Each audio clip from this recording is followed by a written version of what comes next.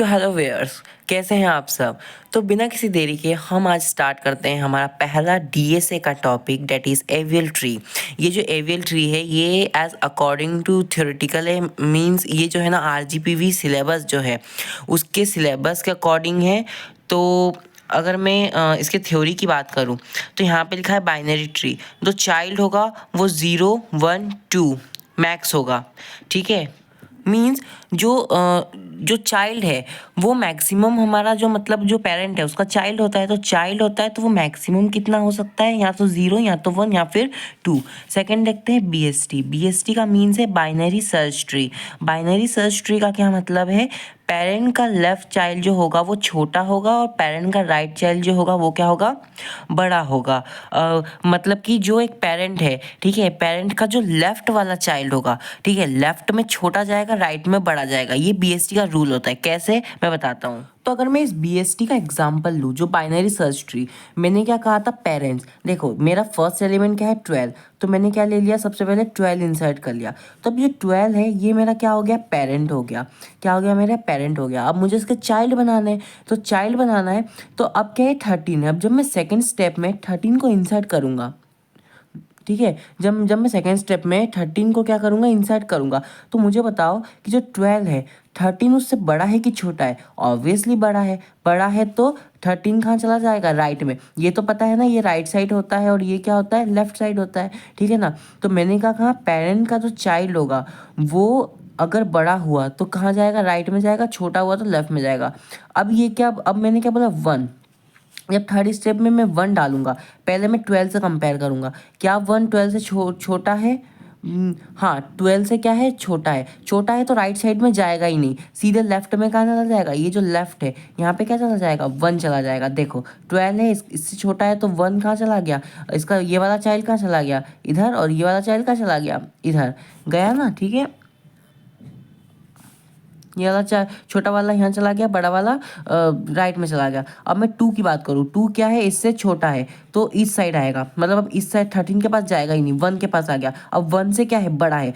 अब 1 क्या बन जाएगा, पेरेंट बन जाएगा, और 2 क्या बन जाएगा, उसका चाइल्ड बन जाएगा। अगर ये 1 से कोई छोटा होता तो कहाँ जाता, इस साइड आ जाता। अब मैं 4 डालूंगा, 12 से क्या है, छोटा है, मतलब 1 में आ गया। 1 से क्या है, बड़ा है, मतलब 2 पे आ गया। 2 भी से भी क्या है, बड़ा है, मतलब 2 के लिए 2 क्या हो गया, पेरेंट बन गया। ये क्या हो गया, मेरा चाइल्ड बन गया।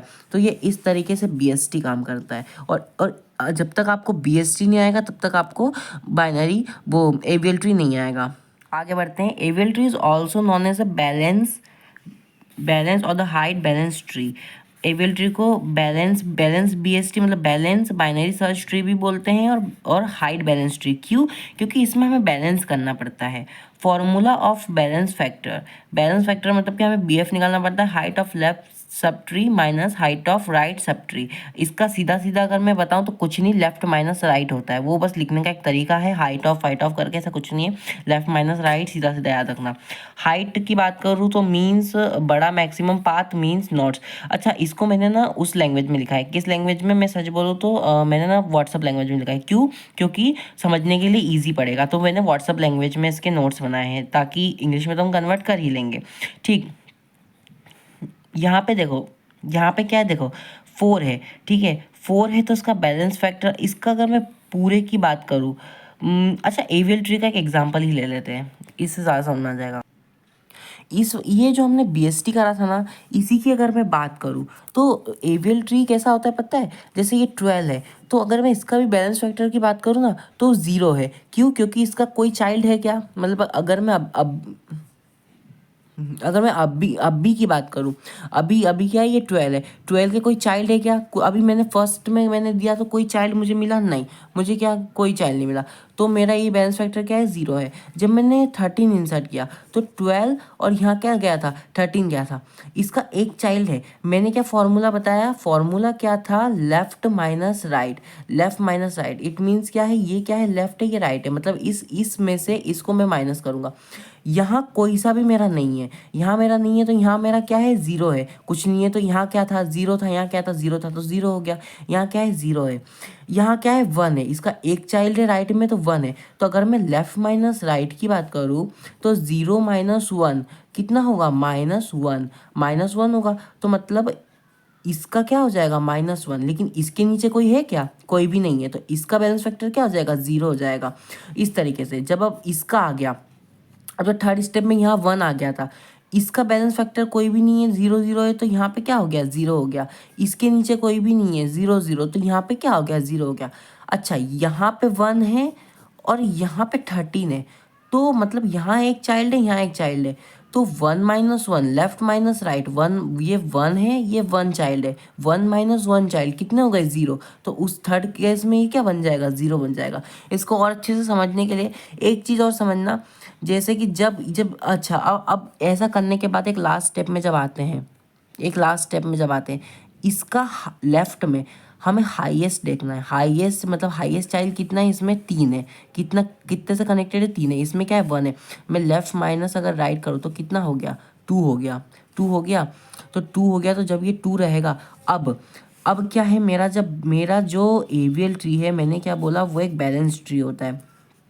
बैलेंस के केस में याद रखना, जब वो 0 रहेगा, मतलब ये जो अभी जो बैलेंस फैक्टर, जैसे ये 0 है, ये 1 है, -1 है, तो 0 रहेगा, 1 रहेगा, उस केस में ये बैलेंस रहेगा। उसके ऊपर 2 में भी चला गया तो ये अनबैलेंस्ड हो जाएगा, हमें उसे 1 और 0 में कन्वर्ट करना होगा। तो 1 और 0 में कैसे कन्वर्ट होगा, ठीक है। अब मुझे ना रोटेशन देना पड़ेगा। जैसे मान लो ये है, ठीक है, अब ये है, तो मुझे ना इसमें रोटेशन देना पड़ेगा।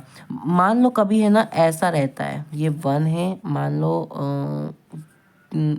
चलो -2 है, क्योंकि तो उधर हो जाएगा, ठीक है। अब मान लो यहाँ कुछ भी नहीं है, ठीक है। अब मान लो यहाँ 2 है ना, 2 है, यहाँ पे क्या है, 1 है, और यहाँ पे क्या है, 0 है। तो अगर ये क्या है, लेफ्ट है, ये क्या है, लेफ्ट है, LL, तो LL रोटेशन होगा। कौन सा रोटेशन होगा, LL रोटेशन। इसको अभी हम पूरी तरीके से समझेंगे कि रोटेशन क्या होता है, कैसे होता है। मैं सिर्फ एग्जांपल दे रहा हूँ कि एवियल ट्री होता क्या है और किस तरीके से काम करता है।